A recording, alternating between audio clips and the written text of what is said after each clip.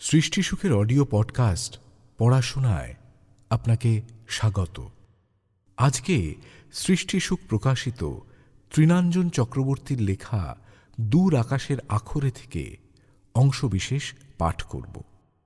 কংগ্রেস লীগ এক হও, ব্রিটিশ সাম্রাজ্যবাদ ধ্বংস হোক, মুহুর্মুহু স্লোগান উঠছে কলকাতার ওয়েলিংটন স্কোয়ারে। গত নভেম্বর ক্যাপ্টেন রশিদের বিচারের প্রহসন নিয়ে তুলকালাম হয়েছিল কলকাতা। গতকাল 11ই ফেব্রুয়ারি তার রায় ঘোষণা হয়েছে। 7 বছরের সশ্রম কারাবাস। আবার গর্জে উঠেছে কলকাতা। পালিত হচ্ছে রশিদ আলী দিবস। ভবিষ্যৎ প্রজন্মের হাত ধরে হিন্দু মুসলমান আবার কাছাকাছি এসেছে। একযোগে সংগ্রামে ঝাঁপিয়ে পড়তে উদ্যত। কমিউনিস্ট পার্টির দৈনিক স্বাধীনতার বিক্রির হিসেব এখন তুঙ্গে। অন্যান্য প্রায় সমস্ত দৈনিককে ছাড়িয়ে গেছে। সেখানে প্রকাশিত হয়েছে প্রতিবাদ অনুষ্ঠানের বিজ্ঞপ্তি। আহ্বায়ক সিটি ছাত্র ফেডারেশনের সম্পাদক গৌতম চট্টোপাধ্যায় ও মুসলিম ছাত্রলীগের সম্পাদক মোয়াজ্জেম আহম্মদ চৌধুরী। গুরু গুরু গুরু গুরু ডম্বরু পিনাকি বেজেছে বেজেছে বেজেছে। কয়েক মাস ধরেই কিসের যেন দুরাগত এক পিনাক নির্ঘোষ বাতাসে বেজে চলেছে ক্রমাগত। একথা সলিল জ্যোতিকে বলেছিল নভেম্বরের ঘটনার ঠিক পরপরই।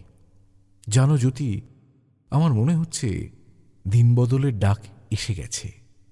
আমাদের এতদিনের পরাধীনতার লজ্জার অবসান হতে আর খুব দেরি নেই। শুনে জ্যোতির 2 চোখ আনন্দে চকচক করে উঠেই দপ করে নিভে গিয়েছিল। অজানা আশঙ্কা গ্রাস করেছিল মনকে। আগুনে ঝাঁপ দেবার জন্য সলিল যেন সদাই উন্মুখ। শুনে সলিল হেসে বলেছিল, এ আগুন সে আগুন নয়, এ হল সৃষ্টির আগুন। এ আগুনে ঝাঁপ দিলে মশা মাছির দল জোনাকি পোকা হয়ে যায়। বসন্তের মতো ছোঁয়াছে জোনাকি পোকা। সেই জোনাকি পোকার ছোঁয়া লেগে অন্য পোকারাও জোনাকি পোকা হয়ে যায়। যদিও কি আগে মশামাছি ছিল, সলিলের ছোঁয়ায় সেও কি এখন জোনাকি পোকা? তাদের পাড়ার সেই অতুলের সঙ্গে একদিন সলিলের তুলনা করেছিল। সে কথা ভাবতে এখন লজ্জায় মরে যায়। সলিলের ডানা মেলা 2 চোখের ভেতর স্বপ্ন ও কল্পনার আকাশের নীল ছায়া দেখতে পায়। সেই স্বপ্নকে ধূলিসাৎ না করে মনে মনে উড়ন্ত পাখিটার ছবি আঁকার চেষ্টা করে। জ্যোতির ভেতরের এই পরিবর্তন সলিল নিজেও টের পায়। আজ কেন কে জানে ট্রেনের জানলায় বসে ক্ষণে ক্ষণে জ্যোতির মুখ ভেসে উঠছে। যদিও কামরাভর্তি কোদালিয়ার কমরেডের দল, হাজার তর্ক মশকরার ভিড়। সলিলদের ট্রেন শিয়ালদায় ভিড়ল বেলা 10টা নাগাদ। হই হই করে নামল প্রায় 1 কামরা ছেলের দল। বগির ও প্ল্যাটফর্মে ডেইলি প্যাসেঞ্জারের ভিড় ছাত্রদের উদ্দীপনার বহরে বিরক্ত নয়। তারাও যেন মশামাছির দেহ ছেড়ে জোনাকি অবতার প্রাপ্ত হয়েছে। ছাত্রদের ঘিরে নিজেদের অজান্তেই যেন একটা ভরসাস্থল তৈরি হয়েছে মানুষের। মনে মনে তারা যেন বলছে, এরা কিছু একটা করে দেখাবে, এবার একটা কিছু ঘটবে। শিয়ালদা থেকে পায়ে হেঁটে ওয়েলিংটন পৌঁছাতে প্রায় 10:30 বাজল। জনসমুদ্র, মৌলালি অব্দি ভিড়। রাস্তায় লোক উপচে উঠেছে তো বটেই, যদ্দূর দেখা যায় বাড়ির ছাদ ও ঝুল বারান্দাগুলোতেও ঠাসা ভিড়।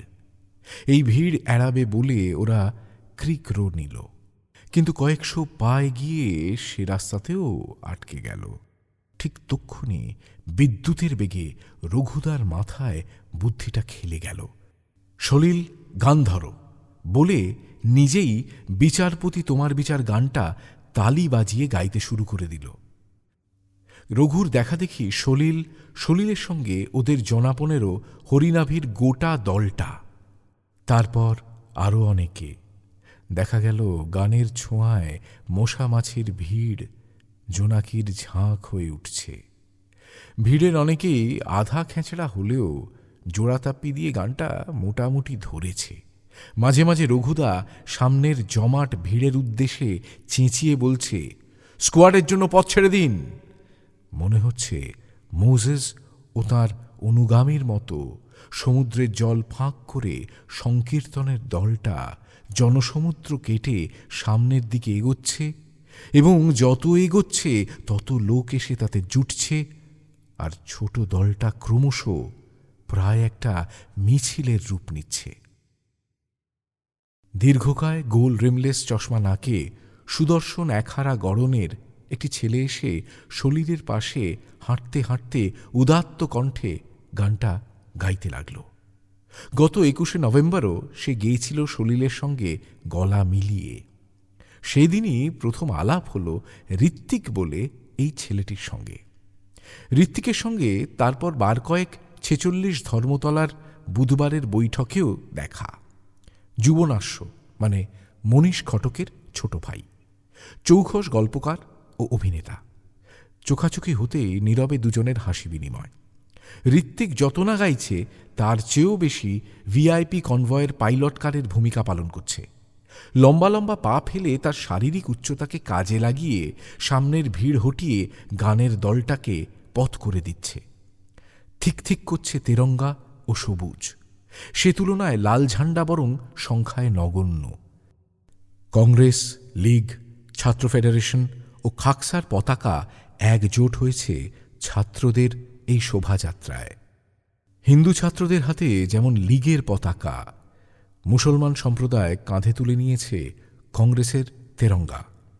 ওয়েলিংটন থেকে বেরিয়ে মিছিলের অগ্রভাগ এখন ধর্মতলা স্ট্রিটে গুটি গুটি পায়ে এগিয়ে চলল সেন্ট্রাল অ্যাভিনিউ দিয়ে। বউবাজার হয়ে যখন কলুটোলার মোড়ে এসে পড়ল, তখন পুলিশ মিছিলকে আটকাবার চেষ্টা করল।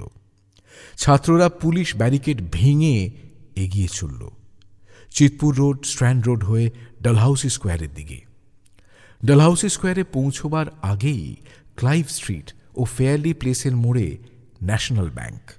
সেখানে রাস্তার উপর টমি গান, রাইফেল, কাঁদানে বোমা ও লাঠি হাতে লালমুখো সার্জেন্ট ও পুলিশের বিরাট এক বাহিনী পথ আটকে দাঁড়াল। সে বাধাও টিকল না। ছাত্রদের চাপে সার্জেন্ট ও পুলিশদের প্রায় 50 হাত দূরে হোটে দাঁড়াতে হল। বড় বড় অফিস বাড়ির বারান্দা ও ছাদ লোকে লোকারণ্য। এতদিন পরে সকলে আজ এক হয়েছে। মুসলিম লীগ সত্যিই তাহলে স্বাধীনতার লড়াই চায়। শোভাযাত্রায় লীগ এবং কংগ্রেসের পতাকা একসঙ্গে উঠতে দেখে তাদের মধ্যে রীতিমতো চাঞ্চল্য, যেন সবার মনের এতদিনের না বলা আবেগের প্রকাশ এই মিছিল। জনতা হর্ষধ্বনি দিতে লাগল, জয় হিন্দ, নেতাজি জিন্দাবাদ, আজাদ হিন্দ অমর রহে ইত্যাদি ধ্বনি পুষ্পবৃষ্টির মতো মিছিলের উপর ঝরে পড়তে লাগল।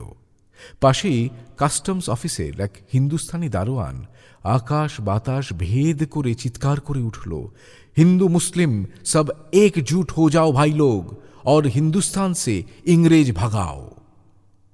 ইতিমধ্যে পুলিশও আর হাত গুটিয়ে নেই। মিছিলকে রোকবার জন্য আরও বেশি রাইফেলধারী সেপাইয়ের আমদানি হয়েছে। ছাত্ররা শান্তভাবে পুলিশের অবরোধের সামনে বসে পড়ে রাস্তা ছেড়ে দেবার জন্য দাবি জানাতে লাগল। কলিকাতা সিটি মুসলিম লীগের এক নেতা ঘটনাস্থলে এসে ছাত্রছাত্রীদের উদ্দেশ্যে বলতে লাগল, आज कांग्रेस और लीग 2 झंडे लहरा रहे हैं एक साथ, ये हमारी जीत का शुरुआत है। এই সময় deputy police commissioner mister Shamsuzzoha হুঙ্কার দিয়ে বলে উঠলেন, आप इधर से हट जाइए, नहीं तो आप लोग सब चूर हो जाओगे। ছাত্র জনতার পক্ষ থেকে উঠে এলো এক কাঠ বাঙালের কণ্ঠস্বর, তোমরা আমাকে পিটাইতে পারো, পিটাইয়া সুরসুর করতে পারবা না কোনোদিন। ছাত্রদের বেয়াদবি মাত্রা ছাড়াচ্ছে দেখে পুলিশ কমিশনারের নির্দেশে বজ্রবিদ্যুৎ গর্ভ কালো মেঘের মতো মিছিলের উপর ঝাঁপিয়ে পড়ল সশস্ত্র পুলিশ বাহিনী। প্রায় 1 ঘণ্টা ধরে অবিরাম বাজ ও শিলাবৃষ্টির মতো লাঠির বাড়ি দুম দাঁড়াক্কা পড়তে লাগল নিরস্ত্র ছাত্রদের উপর। কত রক্ত যে ঝরল, কত যে আহত হল এবং গ্রেপ্তার, তার ইয়ত্তা রইল না কোনো। ফেয়ারলি প্লেসে যখন লাঠি ও ধরপাকড় চলছে, সলিলরা তখন মিছিলের ল্যাজে, অর্থাৎ চিতপুরের কাছে। অত্যাচারের খবর পেয়ে ক্ষিপ্ত ছাত্রছাত্রীরা সেখানে পথচারীদের পরনের টাই বা হ্যাট টেনে টেনে খুলে নিচ্ছে, তারপর রাস্তায় ফেলে পায়ে মারাচ্ছে বা পুড়িয়ে দিচ্ছে।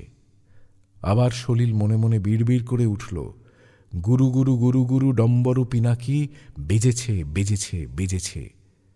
পরের লাইনটা কি হবে? শুধু ছাত্রছাত্রী নয়, ক্ষিপ্ত হয়ে উঠেছে আপামর হিন্দু ও মুসলমান। রাত্রি 8:30টার সময় রাজাবাজার ট্রাম ডিপোর সামনে মিলিটারি লরিতে আগুন জ্বালানো হল। জনতাকে ছত্রভঙ্গ করতে পুলিশও পাল্টা কয়েক রাউন্ড গুলি চালালো। বিভিন্ন অঞ্চলে ট্রামবাস থেকে লোক নামিয়ে দেওয়া হতে লাগল এবং আরও বেশ কিছু মিলিটারি লরিতে দেওয়া হলো আগুন। রাত 9টায় সেন্ট্রাল অ্যাভিনিউ ও হ্যারিসন রোডের মোড়ে বিক্ষুব্ধ জনতার উপর পুলিশ কাঁদানে বোমা ছুঁড়ল। রাস্তায় দাঁড়িয়ে যারা বিক্ষোভ দেখাচ্ছে তাদের অধিকাংশ মুসলমান সম্প্রদায়ের। তাদের মুখে এক ধ্বনি, কংগ্রেস লীগ এক হো। শ্রমিক মহল্লার দেয়ালে দেয়ালে কাস্তে হাতুড়ির নিচে লেখা হয়েছে জয় হিন্দ। পুলিশের লাঠি চালনার প্রতিবাদে শহরের বিভিন্ন অঞ্চলে হিন্দু মুসলমান দোকানদাররা দোকান বন্ধ করে দিল। শহর জুড়ে এক অঘোষিত হরতালের চেহারা। 11 থেকে 14 ফেব্রুয়ারি উপর্যুপুরি চলল গণবিক্ষোভ ও বিদ্রোহ। রাস্তায় মিলিটারি নামল। জনতা হাতের কাছে যা পেল তাই দিয়ে লড়ল সদ্য যুদ্ধফেরত টমিদের বিরুদ্ধে।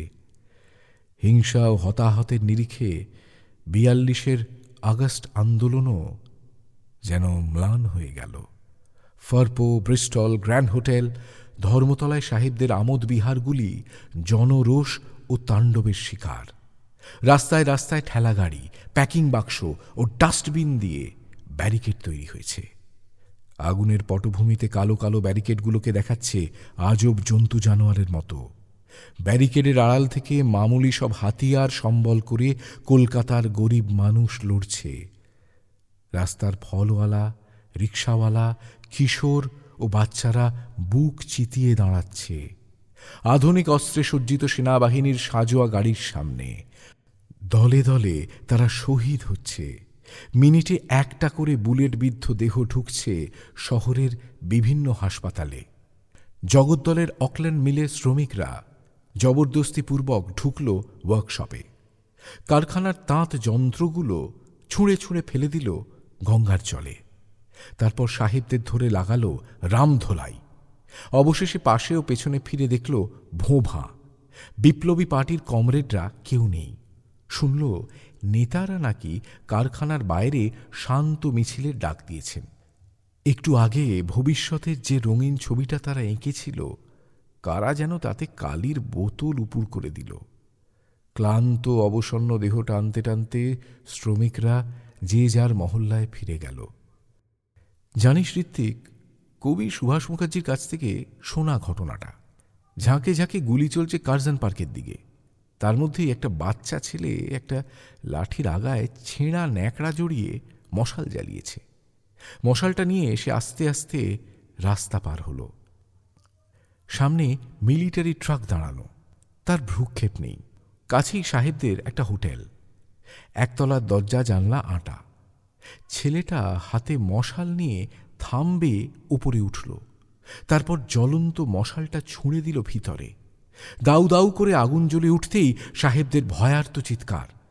তারপর ছেলেটা থামবে আস্তে আস্তে নিচে নেমে এলো।